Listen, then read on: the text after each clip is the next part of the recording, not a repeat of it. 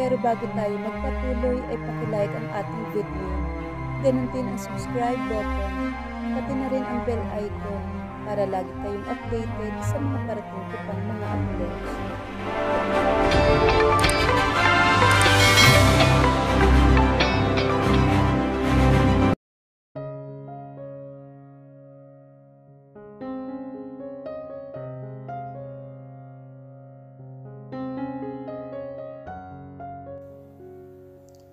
Naging mabuting asawa at ina si Maxine kay Luis. Ipinagpalit niya ang lahat ng oportunidad para sa pamilyang kanyang pinapangarap at sa lalaking pinakamamahal niya. Ngunit ang naging kapalit lamang nito, kamatayan at puno ng pighati at pagsisisi.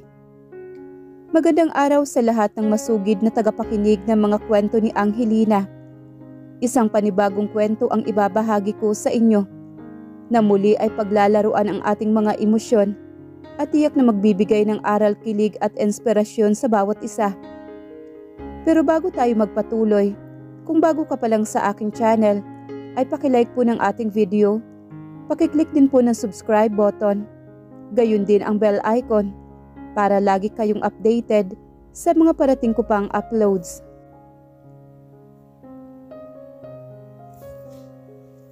Asa na ang Queen Bride? Bullshit!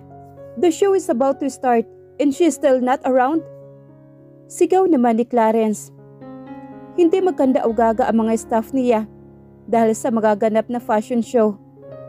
Kumbaga, it is his debut platform to open his own clothing line na pinangalanan niyang after his name, the Clarence R. Clothing Line. Isa si Maxine sa mga business staff. She's an assistant na tumutulong sa lahat ng gawain. Kahit na kaninong mga nakakataas na empleyado sa kanya. In short, she is the errand girl in the arising business ng Clarence R. Maxine is just 22 years old woman. She's a 6-footer. Her height was all thanks of the genes ng ama na halos kasing tangkad ng mga basketballista. But no, her dad is not in any way related to basketball. He is a policeman. Ang kaso ay tumatanda na ang papa niya sa trabaho pero nanatili ang ranggo nito sa PO1. Hindi kasi siya ma-promote. She is supposed to be fourth year college sa kursong Bachelor of Technical Teacher, Education major in Garments, Fashion and Design and Technology. She's studying in Polytechnic University. At dahil mahilig mag-design at manahi siya, she decided to take that course. It's a multi-purpose course. Because if she exited college, it's either she'll go teaching or industry. Ang kaso nga lang, her younger sister also went to college for the first year. Tapos senior high naman ang bunso niyang kapatid na lalaki. Ang sabi ng iba, lalo na yung mga makikitid ang coconut shell, sinayang lang niya yung pag-aaral niya. 1 taon na lang. Bakit hindi pa niya ipinagpatuloy? Hindi kasi nila alam ang pinagdaanan ng pamilya nila when it comes to financial assistance. Hindi sapat yung kinikita ng papa niya sa pag-aaral nilang tatlo para sa pagkain nila, kuryente, tubig, and other necessities. Oo nga sa public school sila nag-aaral, pero yung araw-araw na baon nilang tatlo, pamasahe, mga project, hindi kayang suportahan ng papa ni Maxine. Her younger sister is 20 years old. The younger brother is 18 years old. 2 years ng 2 years ang gap nilang tatlo. Halos 3 buwan pa lang siya dito sa Clarence. Pero okay naman ang takbo ng trabaho niya doon. Minimum lang ang kinikita niya. But it's enough to support her younger brother na nasa senior high. Maxine, dalhin mo nga yung makeup kit sa mismong backstage para mabilis ang pag-retouch mamaya. From the other side of the room, rinig ni Maxine. Itinakbo niya yung makeup artist nila at kinuha ang makeup kit. Malete style yung kit na yon, kaya naman medyo mabigat. Nasaan na daw siya? It's only 30 minutes before the show start. Magme-makeup pa siya. Rinig niyang sigaw ng kanyang boss. Hindi na yata alam ang dahilan ng mapapagalitan. Ang isang bagay na sobrang iniiwasan ni Maxine, kaya she's doing her best in her job. Forget about that bitch. Magtutuos din kami. Muling rinig niya na sigaw ng kanyang boss. Nakita naman ni Clarence si Maxine habang inaayos nito ang mga make-up. Mahaba ang legs ni Maxine. Tinignan niya itong mabuti. Ikaw, lumapit ka dito. Pero hindi siya huminto dahil mukhang hindi naman siya ang tumatawag. Nagpatuloy lang siya sa paglalakad. Ikaw babaeng naka-jeans, white top at... Stop! Napahinto sa paghakbang namang si Maxine at lumingon siya paharap sa boss nila. Tumingin pa siya sa likod to confirm kung siya nga ba ang tinatawag nito. Itinuro naman ni Maxine ang kanyang sarili. Ako po? Yes, you. Iritado at maarte ang pagkakasabi ng bakla. Listen up everyone. That woman will be replacement for the assigned queen bride. Ayusan niyo na siya. We are running out of time. Pagkasabi magbitaw ng salita ni Clarence, mabilis na sumunod ang mga empleyado niya. I will be back in 5 minutes before the show start. Kilos. Pagmamando pa nito. Sandali lang, may trabaho pa ako sa dressing room. Wika naman ni Maxine. The order came from the boss, kaya matik na ito na ang trabaho mo at this moment. Wika naman ng bakla sa kanya. Inayusan naman si Maxine dahil hindi sapat ang natitirang oras. They made her makeup light. The makeup transformation took 30 minutes before completed at natataranta na talaga silang lahat dahil nag-uumpisa na ang show. Tapos na ang opening ceremony at may mga models na nasa runway. Showcasing yun ni Clarence, wedding gown and collection. 10 minutes before the climax of the event, bumalik si Clarence sa backstage. He is freaking out. Kung ini-extend pa niya ang paglabas ng Queen Bride for few minutes. Habang nakikipag-usap siya sa kanyang empleyado, bigla namang dumating ang isang babae. I'm so sorry, I'm late. Hinihingal pa siya. Nang tingnan naman niya si Clarence. Late? You call it late? Matatapos na ang show. Why did you even come here? Sigaw naman ni Clarence. Sorry sir, biblisan ko na lang po ang magbihis. Napatawa naman na mapakla si Clarence. The employees gathered around. Nakikinig lang ang dalawa. In her silence biglang dumating naman si Maxine. Mamma Mia! Bulong naman ni Clarence. She's wearing the best and most expensive gown that Clarence Evan created. Sobrang malaki at makambong ang skirt. It is pure white at pinalamutian ng pearls and small diamonds. Heart-shaped ang bandang dibdib niya, highlighting the size of her boobs. Off-shoulder naman ang kamay ng gown. Ang pagkakatali ng buhok naman ni Maxine ay napaka-perpekto rin. And there's tiara on her head and her makeup, real and well, fit the style of the gown. Saang department ka galing? Nilagpasan lang ng salita ni Clarence ang bagong dating na model. He is referring to Maxine. Assistant lang po ako. Sagot naman ni Maxine habang nanginginig siya. Forget about it. Ikaw na ang main model ko. Mataray na sabi naman ni Clarence. Ikaw, hindi ka na kailangan dito. Pwede ka nang umalis. Bumalik ka bukas para sa salary mo. Matapos niyang tanggalin ng trabaho ang modelo, humarap naman siya kay Maxine. Tinignan niya mabuti ang babae. I know you will give justice to my gown. I really have a good judgment. Wika naman niya sa babae. Halos lahat ay mamangha nang lumabas naman si Maxine. One of the guy who fell in love with Maxine at the very first sight was Luis. Who is she? Tanong naman ni Luis kay Clarence. Nakatabi niya lang sa upuan. I don't know. Hindi ko naman kilala lahat ng employee ko. Uwi ka naman sa kaibigan. Habang mangha-mangha na pinanunood ang pagmumodelo ng babae sa kanyang self-made wedding gown.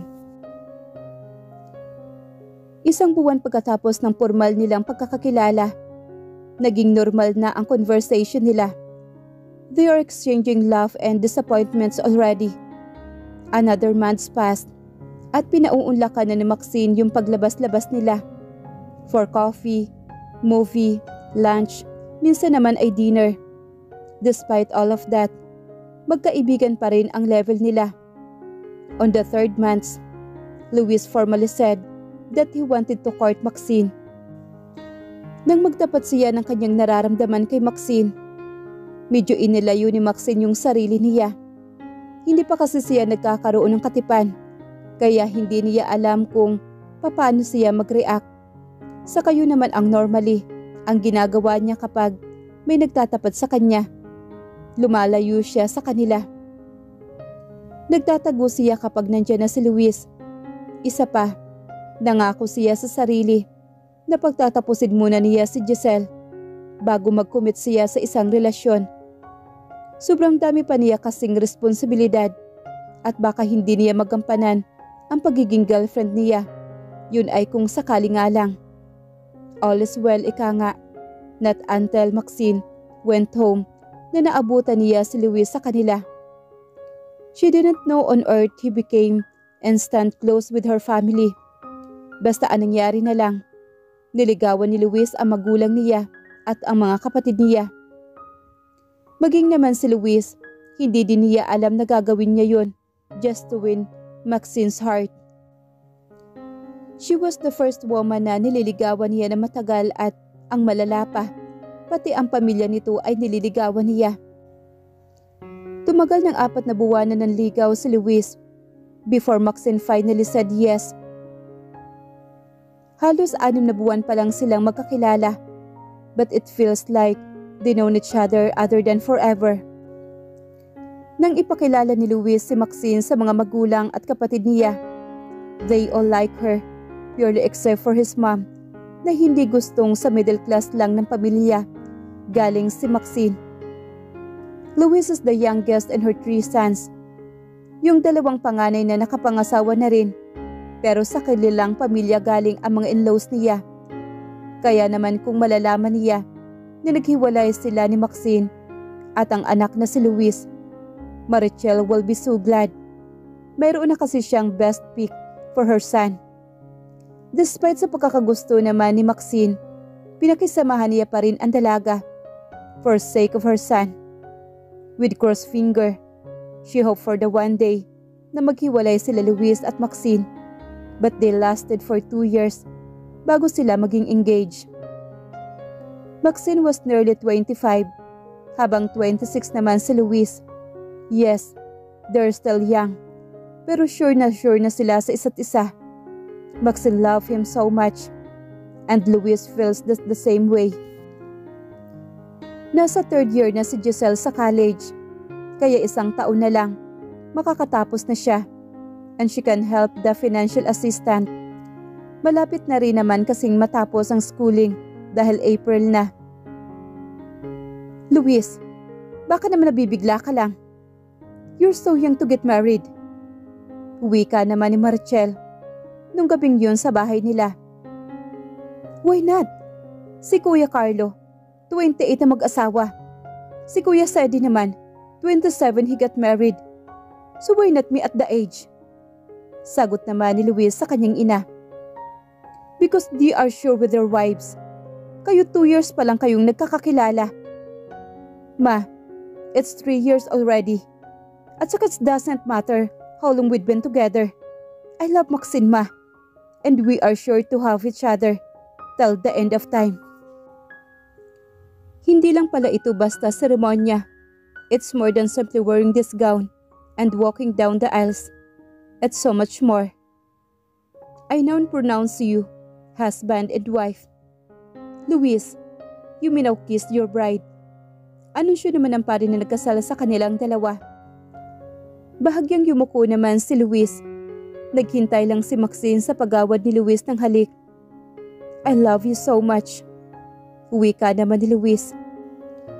Ang sanay panandalian na halik, pero hindi kaya ni Luis na humiwalay agad sa labi ng dating nobya niya. Ngayon ay asawa niya. Ang tatay naman ni Maxine na si Eddie ay hindi mapigilan ang pagluha niya nang makitang ikinakasal na ang anak niya hihiwalay na ito sa kanila. Masaya pa rin siya na naihatid man lang niya si Maxine sa altar before he passed away. Marahan na hininto naman ni Luis ang halik at sa kaniya niyakap na mahigpit si Maxine. My wife, finally, I can call you that. Bulong naman ni Luis na nasa loob ng kanyang bisig si Maxine. After the wedding, sumaglit muna sila sa party bago bumiyahe papunta sa Coron, Palawan for their honeymoon. Hinatid muna sila ni Clarence sa airport. Sa nakalipas na mga taon, naging magkaibigan sina Clarence at Maxine. Kahit pa sekretary si Maxine, para rin siyang boss dahil may assistant secretary ito na ibinigay ni Clarence para gumaan ang trabaho niya. Paano ba yan? This is my boundary. Mag-iingat kayo, okay? Wika naman ni Clarence. Bahagya naman tinapik ni Luis sa balikat ang kaibigan. Thank you. I own you big time. I told you not to call me Clarence. Cherry. Ang kaartehan naman na wika ni Clarence ay nagpatawa sa mag-asawa. Mahigpit naman na niyakap ni Maxine si Clarence. Salamat, Clarence. Sobrang masaya ako na nakilala kita.